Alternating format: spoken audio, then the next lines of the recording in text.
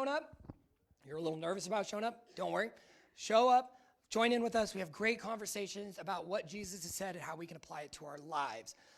Last but not least, no, this afternoon, this morning, we will not be having growth groups, but we will be talking about fall festival. So that's why I said we've got the last summer shindig, but really the last hoorah is going to be in October for our fall festival. As you guys know, Miss Beth killed it last year in a good way, and she did a great job organizing us, and she's just trying to get us even more organized to be able to reach out to more people, to be able to provide a really, really good time. So please, if you volunteer for that, if you help out in that, if you're just a sign putter-upper, show up so that way we can all get on the same page as we move forward. That'll take place right after service here upstairs for growth group. Kids, you are dismissed to downstairs for ages 5 and 12, and then there's a nursery in the back for the other little ones.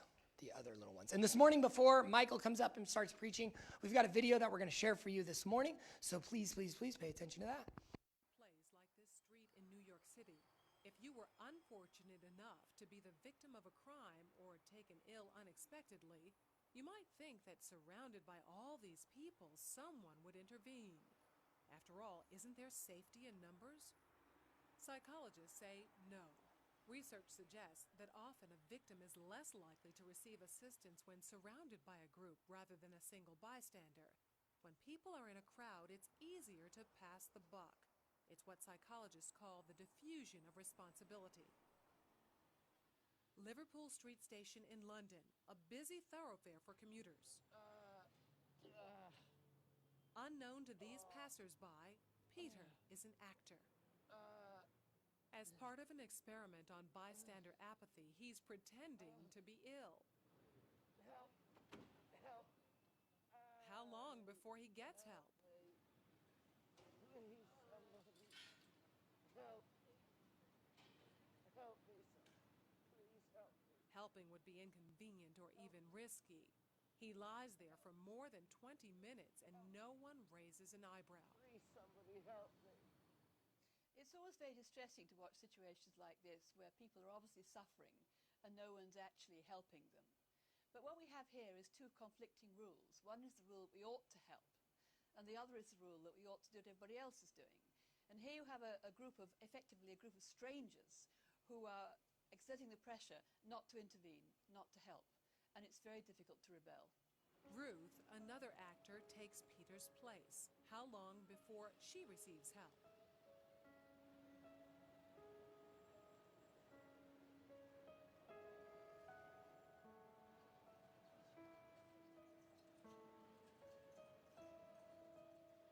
Four minutes later, and 34 people have passed without stopping. Well, people don't really want to know. They just haven't got the time. Well, they have got the time, they just don't want to get involved. Unwittingly, these strangers have silently formed a temporary group with a rule: don't get involved.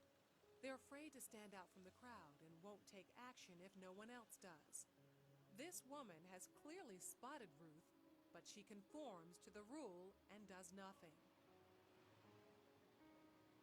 Watch what happens, though, when someone else helps. You alright? You alright? Yes, thank you. Sure, you look a bit flicky, you know what I mean? She suddenly finds herself in a different group with a new rule: to help. Do you want to sit up? She don't look well, does she? You alright, yeah? What's wrong? First I thought she was dead. Then I sort of checked to see if she was breathing or not. And I looked around and I couldn't believe that no one had noticed her because there was a bloke sat there just absorbed in reading a newspaper. This time, Peter's dressed as a respectable gentleman. Now that his dress is in keeping with those around him, how long before he's rescued? Hello, sir. How are you today? I'm alright. 6 seconds. She even calls him sir, and suddenly everyone's a good Samaritan. Do you suffer from epilepsy? No. Why you're lying on the floor in the rain? Because he's part of the right group. Everyone wants to help. I would just hate to be in his position of feeling ill and nobody helping and walking past, so I'd just like to check that he was okay. And I thought, well, it's wet, so he must really be ill because he's going to ruin his suit anyway. Good morning, church. Whew.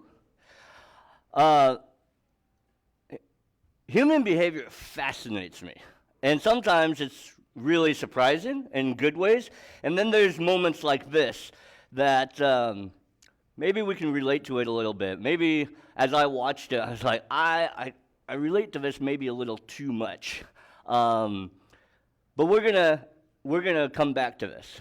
But this stuff, as I'm trying to think of things, it's always human behavior that's like, what is it about people that makes them tick, or what makes them do stuff or not do stuff? But we'll come back to that. This morning we're going to continue People Need People, of course. And believe it or not, we're wrapping up this series. And today it's People Need People to reach the world for Jesus. Right? And that should seem really obvious. Should seem, wow, you guys have spent 12 weeks. I think I get the idea. People need people to reach the world for Jesus. Makes sense. But I was thinking about it, and I thought, but why? Like, I know I'm being a little facetious, but honestly, I started thinking, like, why do people need us? Because let's think about this. Let's just think through a few things that are out there. So I started with, I've heard people say this, maybe you've heard people say this, well, God is God. You guys believe in an all-powerful God? Couldn't he just make you like him, love him, believe in him, follow him? Like, couldn't he just make everybody do that? Like, yes. Could make our lives really easy. God is creator of all things, and he put you here. He can make you love him. But I think most of us would agree, and most of us would tell people, like, yes, God could do that. But why doesn't he do that? Well, free will, right? As much as I'm a people pleaser, more than I want to be. As much as I want people to like me, I want people to love me, I don't think most of us want people to be forced to do that. Like, when you're a little kid, even when you're a little kid, or a teenager especially, and your parents are like, if they tried to tell you, it's like, hey, go, you have to go be friends with that person. Like, I don't like them. It's like, nope, you have to. It's like, no, it just doesn't work. Nobody wants to be forced into those relationships. So that's why God doesn't do it. Made in his image, we know what it is to be forced to like or interact with someone, and we don't want to do it. And God's like, yeah, I'm not going to force you to love me. All right, so, well, God could do it without us, so we don't need people there. What about creation? In Romans chapter 1, it talks about the creation. For his invisible attributes, God's invisible attributes, namely his eternal power and divine nature, have been clearly perceived ever since the creation of the world. In the things that have been made, so they, the people, are without excuse. So creation should do it. You guys have probably heard me talk about how much I love science. I am terrible at science. I got my worst grade in college because of science, but I ate it up. I was like, man, I love listening to people that are so much smarter than me and can tell me about things that I just can't comprehend, and I see God in those things. Like, wow, God did this. And my favorite is science and space and stars and all of that stuff. You're like, wow. And maybe you guys have heard people that have lived in foreign countries. They're like, well, when I lived there, we didn't have technology, we didn't have the Bible, we didn't have this. But I looked up in the night sky and I thought, wow, this is so beautiful. How can there not be something or someone out there bigger than me? Well, okay, maybe creation. Could creation just reach people for Jesus? I mean, Romans says people are without excuse because it's evident. What about signs and miracles? Just if we ask God just for one more sign or one more miracle before our eyes. Now, the problem with this, I find, as I talk to people, is you have to define what you think is a good enough miracle. Or what is a good enough sign? You're like, well, I know this person, and they had cancer, incurable, and the next day the doctors looked at the tumor, and it was gone. Like, how does that not change an entire hospital or everybody in that building that knows it? Like, oh, maybe there's a God. Maybe there's a power that can just take this away. They haven't even started chemo. But signs and miracles. So we get into debates about what's good enough for it to be God and not to be a coincidence, it to be a clear sign from heaven. What is it? We have John chapter 20. I mean, John, one of the apostles, wrote an entire book. He says, now Jesus did many other signs and miracles. He had written about a bunch of miracles that Jesus did, but he had done many others in the presence of the disciples, which they're not written here, but these are written, the ones that are in this book, so that you may believe that Jesus is the Christ, the Son of God, and that by believing you may have life in his name. Like John set out to write just a book, just so we could know, hey, God, Jesus is real. Here's some signs and miracles. This should save you. This should reach you for Jesus. But somehow we stop short. We read these things like, wow, what an amazing story. And we just move on. Okay, so maybe those miracles in John weren't good enough for what we would define as miracles. What about good, sound, physical evidence? Like, I want to, okay, Michael, like, the Bible is good, the Bible is there, but it's really hard. There's this invisible barrier for me to feel like it's a history book. Like, I can read about George Washington, the Civil War, and Lincoln, and I can kind of connect to that because that's only a few hundred years. But thousands of years, it feels like it's another universe. I can't think it's real. So give me good, tangible evidence. It's out there. The Dead Sea Scrolls, 1,000 texts. 1,000 texts that connect to the Bible, and archaeologists, secular Christians, all kinds, compare it to the Bible and they're like, okay, I mean, surely this is untainted, untranslated stuff. Let's see how close the Bible is. And it's right there. They're like, guys, this isn't made up stuff. Someone wrote this thousands of years ago, and somebody wrote this thousands of years ago, and it's the same thing. So there's that. There's buildings in Rome, buildings all over the Middle East where archaeologists, again, secular and Christian, that say, this is where the Bible says this took place, this happened, and we found the building. We found the temple. We found part of Solomon's kingdom. We found something tangible. It's here. It's not just a myth in this book of like, oh, this is a great story in the Middle East, but that stuff's not there, so we're just going to take it all on faith. No, it's there. You can walk it. I've heard teachers, professor after professor, is like, I've been to Israel and I've walked where Jesus walked, and it has changed my life because it's real.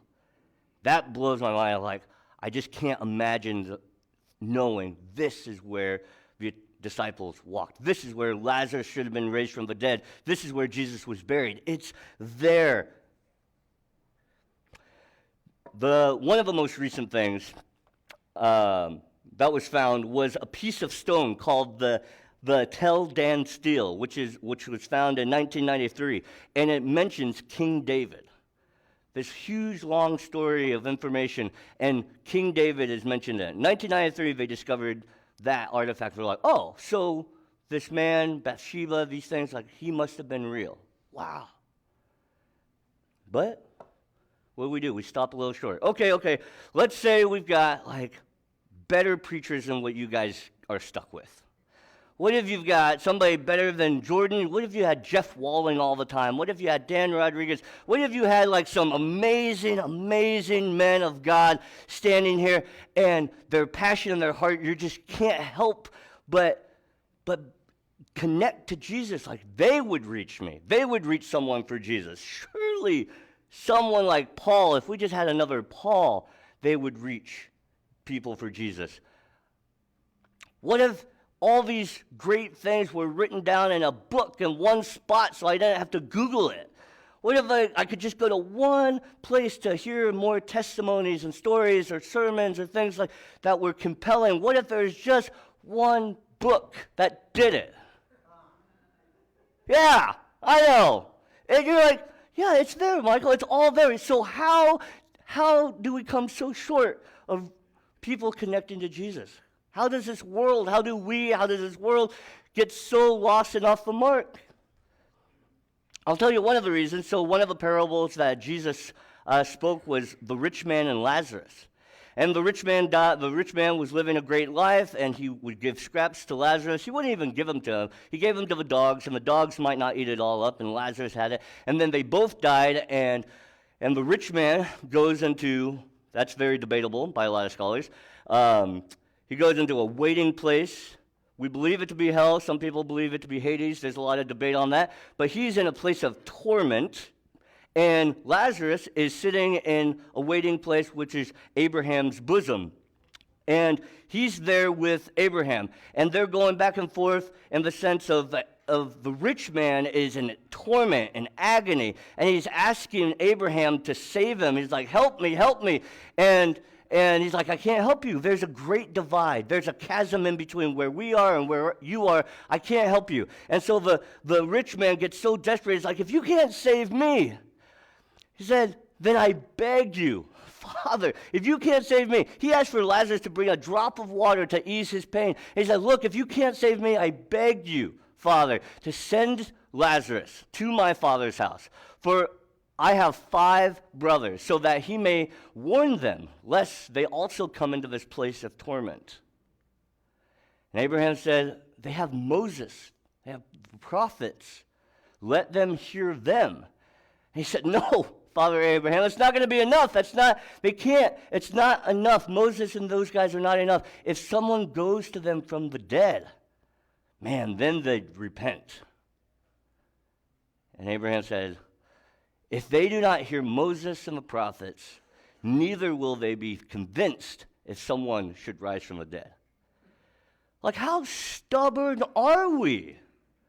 How stubborn are we as people? You're like, Abraham knows. He just knows from his experience. He's like, if they don't hear Moses, Paul, the disciples, people giving their lives for the sake of Jesus, dying, being martyrs, if they don't hear that, a dead man won't convince them.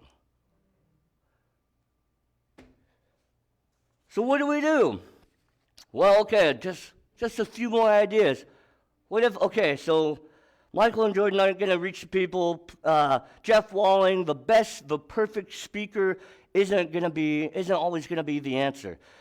Well, there's parents, there's raising your kids. There's parents, there's teachers, there's grandparents, there's the age-old argument in psychology, nature versus nurture. Are you born with the knowledge of God? Are you taught the knowledge of God? There's good influences, evil companions, corrupt good morals. So surely good companions, good Christian people should compel or convince or reach people for Jesus. Surely any of these things should be enough to reach people for Jesus. By themselves, you would think, I would think. God, creation, evidence, the Bible, great teachers, great men and women of God. Surely one of those things could reach someone for Jesus by themselves. But let me ask you guys. So those are just some of my trailing thoughts, my random thoughts when I sit in a coffee shop, just a few thoughts. But then I start thinking about my life, and then I wonder about your life. And I know you guys, most people hate answer and call and interaction, but help me out a little bit where it's like, how many of you guys like just sat down and read the Bible and looked up and like, that's it. I just need to know Jesus and follow Jesus. That's all you did. Just read the Bible and followed Jesus. Anybody? How many of you just stood out in creation long enough and like, wow, I'm going to follow whoever created this? What if you heard just one good sermon once in your life and you're like, that's it. That's all I need. I needed that sermon for the rest of my life to follow Jesus. No, nobody. All right. So how many of you remember that person or persons in your life that connected you to Jesus? Yeah, right? You remember somebody, somewhere, somehow told you about Jesus, or told you about a building full of crazy people that love Jesus and are like, can you and I just talk about this? Do I have to go with 50 other people? Like, no, you got to come. Like, but most of you, I believe all of us, whether it's a parent, a grandparent, someone in this room, there's a person, there's a people that you have met, you have encountered that loved you to tell you about Jesus. And maybe they didn't teach a sermon, maybe they didn't teach you Sunday school class, maybe they didn't teach you at all. Maybe they just loved you. They just cared about you. And you're like, man, I didn't have a parent growing up, and this family was a family I hung out with every summer at Park Creek Bible Camp. This family is the family I did all my VBS with. This church family is where I hung out for this or that. Like, people. That's why people need people to reach the world for Jesus, is because he has given us all these amazing things. And don't discount all these things. I don't believe you do. But you know all these things are at our disposal for us to be reminded of Jesus and for others to see who Jesus is. But for whatever it is, whatever the blind spot is, we people, not just in this room, people in humanity need someone to just walk with us and love us and tell us about Jesus or show us Jesus. I know. 12 weeks of this sermon series, you're like, we get it. People need people. And we need people to reach the world. Now, this is where I feel like it gets a little daunting, because you're like, okay, Michael, I get it. I get the whole series. I get the concept. I get what you're saying today. The main point, people need people to reach the world for Jesus. Got it, but that's a tall order. You know, there's about 6 billion people in the world. Like, okay, where am I going to get started? What am I going to do? Are you asking me to do what your parents did? Are you asking me to go to a foreign country and with all the blinders in the world that I don't know the language, I don't know anything, I'm just going to go and tell people about Jesus? No, I'm not asking you to do that. Are you asking me to quit my job and serve at Tyler Street the rest of my life? No, I'm not asking you to do that. Are you asking me to serve at every single event that ever happens at Tyler Street for the rest of my life? No, not every single one, maybe some of them, but I'm not asking you even to do that. So what are we supposed to do? We have to reach the world for Jesus. There's 60, 70 us, 80 of us here in this room or in this building, like we're going to reach, let's just say, the Sacramento area. Hundreds of thousands of people. What do you want me to do, Michael? And I think most of you know that I really don't expect you personally, or even us, to reach the entire Sacramento area on our own. And that I'm here to tell you, here's your guilt trip. It is your job, by yourself. Randy, go out there. Like, what are you doing?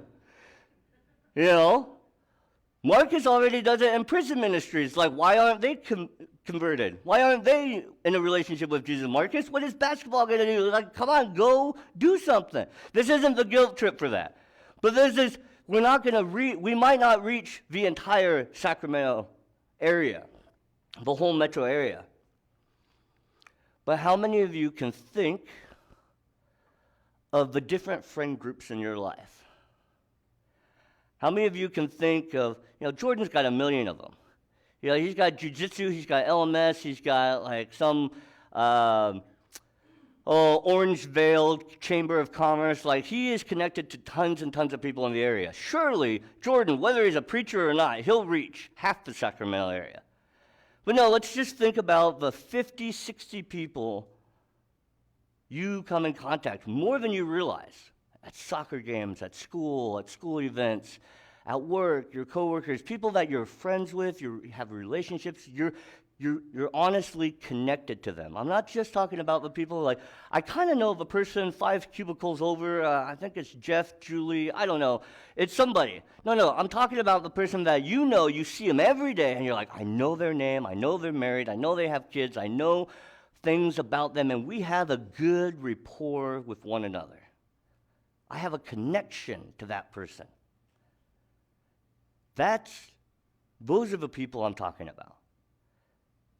That you can reach, that you should reach. And people need people to reach the world, but those people that know you, they need you. They don't need a Michael. Man, I'll bore them to tears. They don't need Stuart, Jordan, Makita.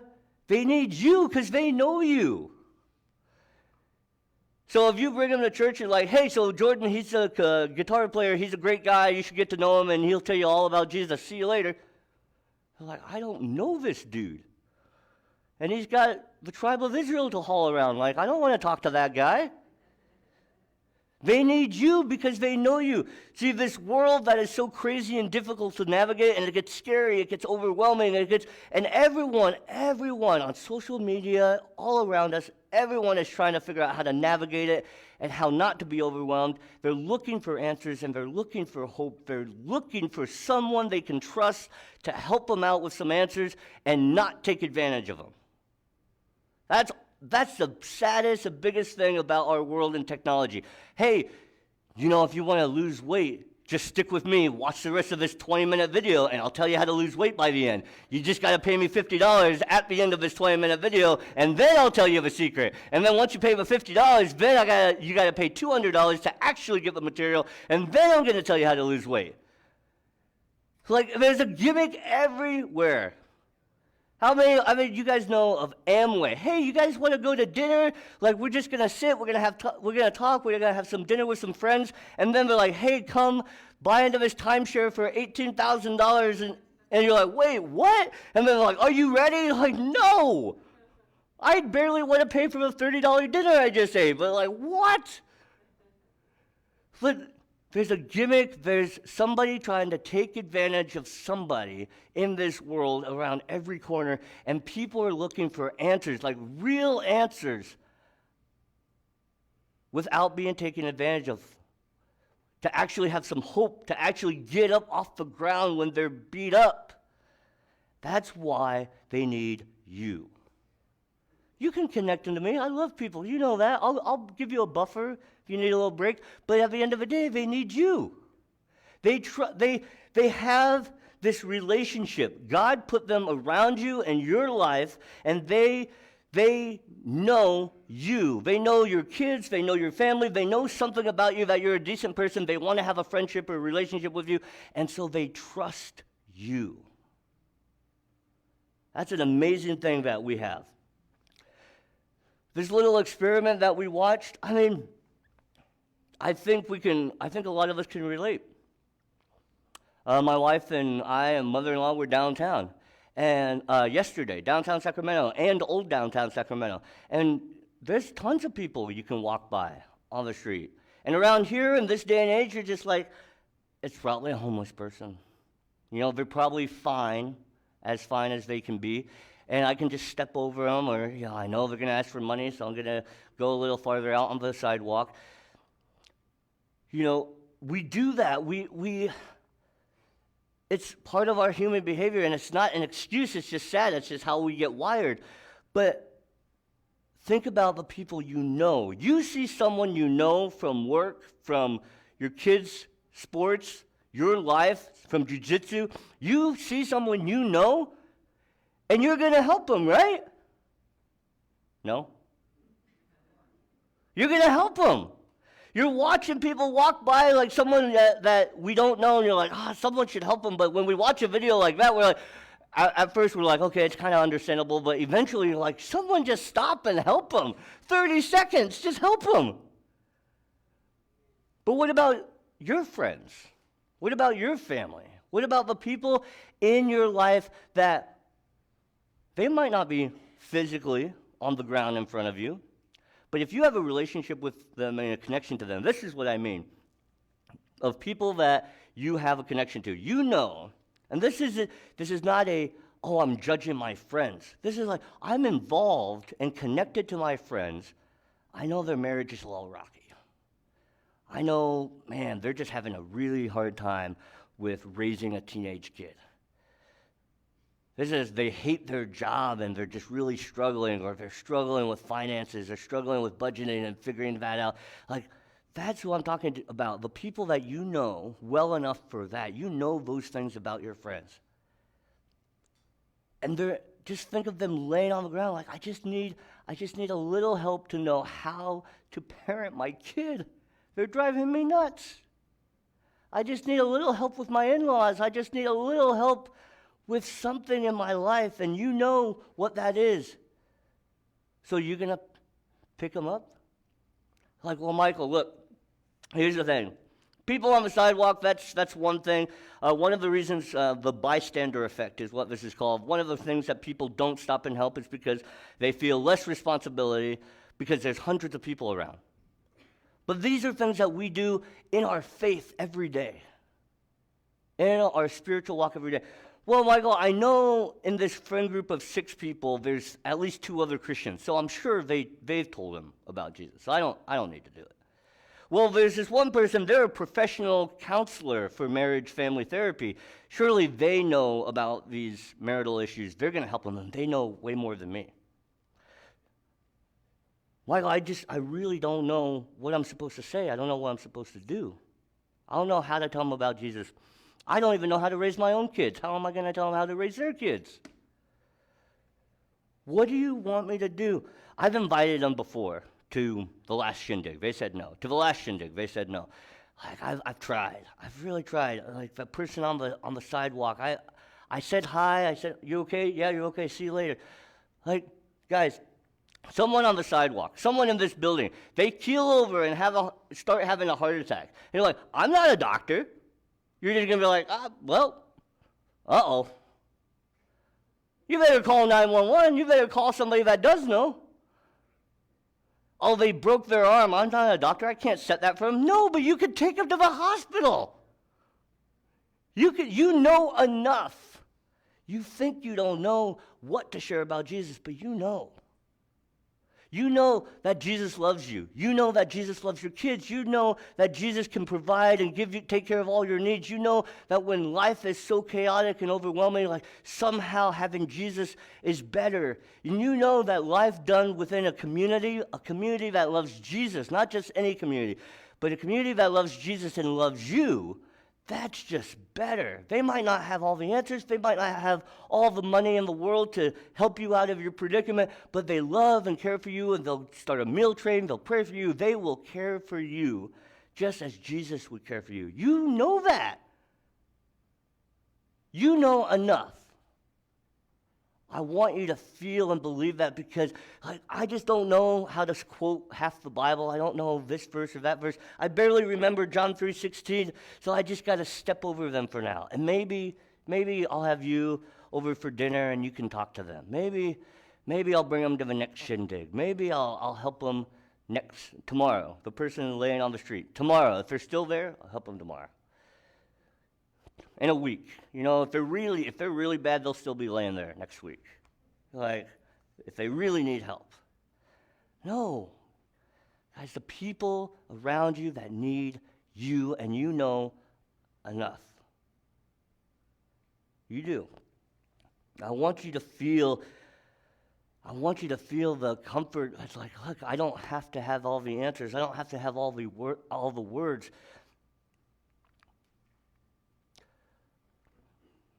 Let's see. Matthew chapter 10, verse 19. When they deliver you, so Jesus is talking to the disciples. Now when they deliver you over, don't be anxious. Yeah, don't be stressed when you get arrested, thrown in jail. No problem.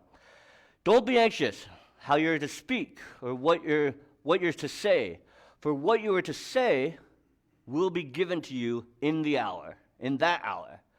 For it is not you who speak, but it is the Spirit of your Father speaking through you. You know, in Matthew 28, when Jesus sends out the disciples to go and make disciples of all the nations, he says, I'm with you even to the end of the ages. And then this passage where it's like, don't worry about what you're going to say. I'll give you what you got to say. And you're like, Michael, I promise you, I have sat with somebody at coffee over dinner, and they say, my marriage is falling apart. What does the Bible say? Or what am I supposed to do? And let me tell you, I didn't hear any voice of God saying, this is what you tell them.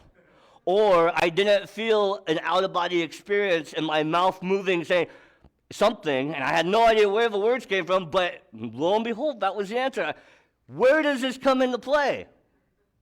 Trust me, we're overthinking it. Just like all these examples around us of how we can know Jesus, we are overthinking how to reach people for Jesus.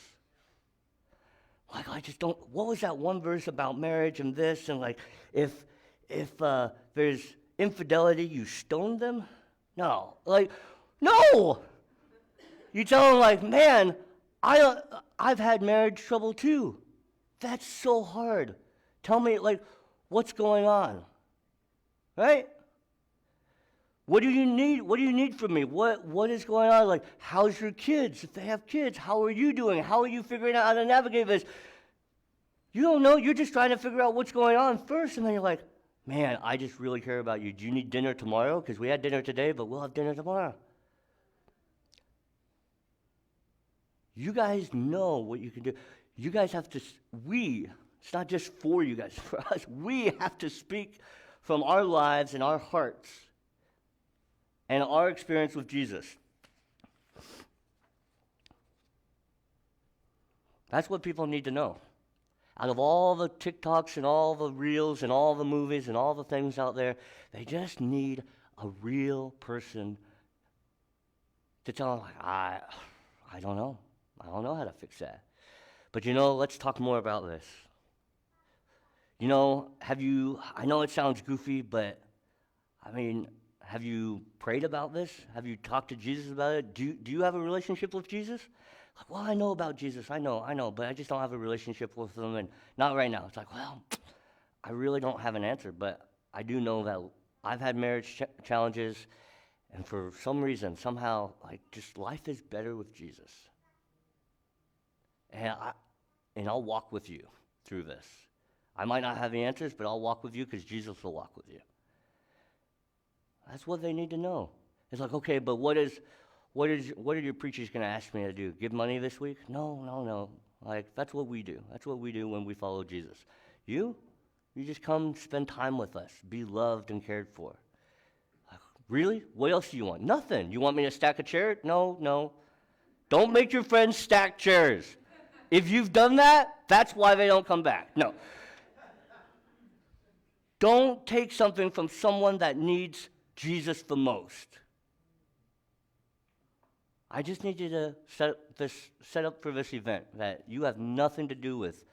No, just let your friends come be surrounded by people that love Jesus and that love you, and that we will learn to love them.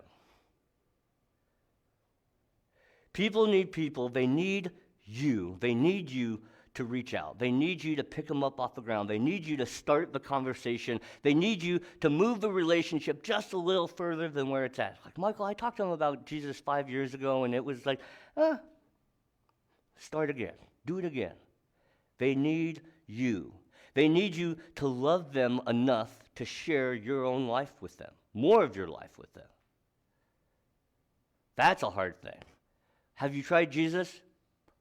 But to all of us, we can say, have you tried Jesus? Do you have a relationship with Jesus? Let me tell you more about my life, about what that looks like. Man, I almost threw my kid out of the house when they were 12. I know that's illegal, but I almost did it. But Jesus said no.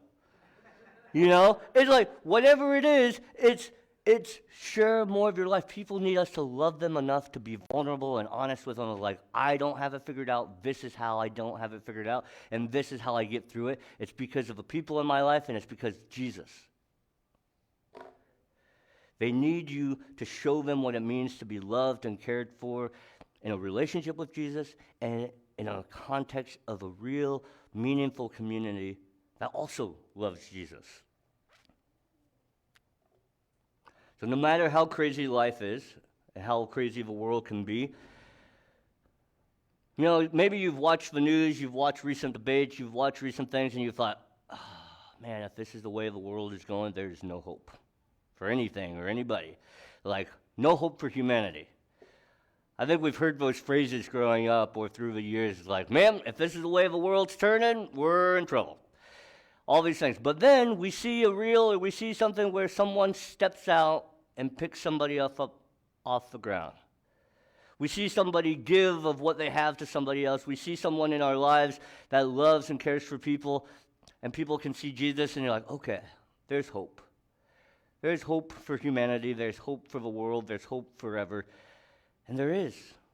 You guys have the greatest hope. We have the greatest hope, or that's what we say.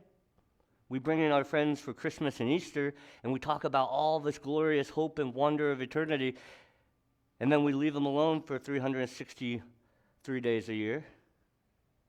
God, you have the greatest hope to offer in a crazy, overwhelming world. So no matter how crazy it is, just know you have the light and the hope of the world of Jesus in you, and that's what people need in you.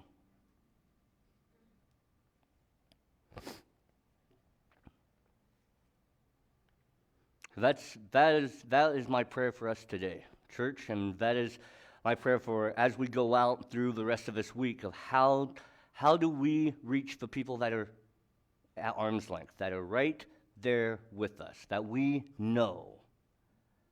And then we'll move on to the next people that we know less. But what about the people that are laying on a sidewalk, crying out? Maybe they're dropping seeds like, man, I just don't know how the finances are going to be this week. I just don't know how this is going to be this week. But I'm getting through, you know. And we're like, yeah, really sorry. You've got answers. You've got Jesus. Well, let's share that with people. Share that with each other and share that with the people in our lives because they really do. People need people, and they need you. Stand with me, church, and we'll dismiss. If you pray with me. Heavenly Father, God, you love us, and you are patient, and you are loving and long-suffering, God. You have given us all that we have, all that we need, and all that, even the things that we desire. God, more than we deserve. And God, help us to share our lives, share our hope, share you with the people around us. Help us to be at work and loving one another. And that when people come in, they see you through this body, and they see that we love and follow you through the ways that we love and follow you and love each other. God, bless the rest of our day and bless this week as we go out to love and care for others. In Jesus' name, amen. All right, church, we're going to bring up Miss Beth, and she's going to share with us more about the Fall Festival. So if you can stay for that, we would ask you to stay.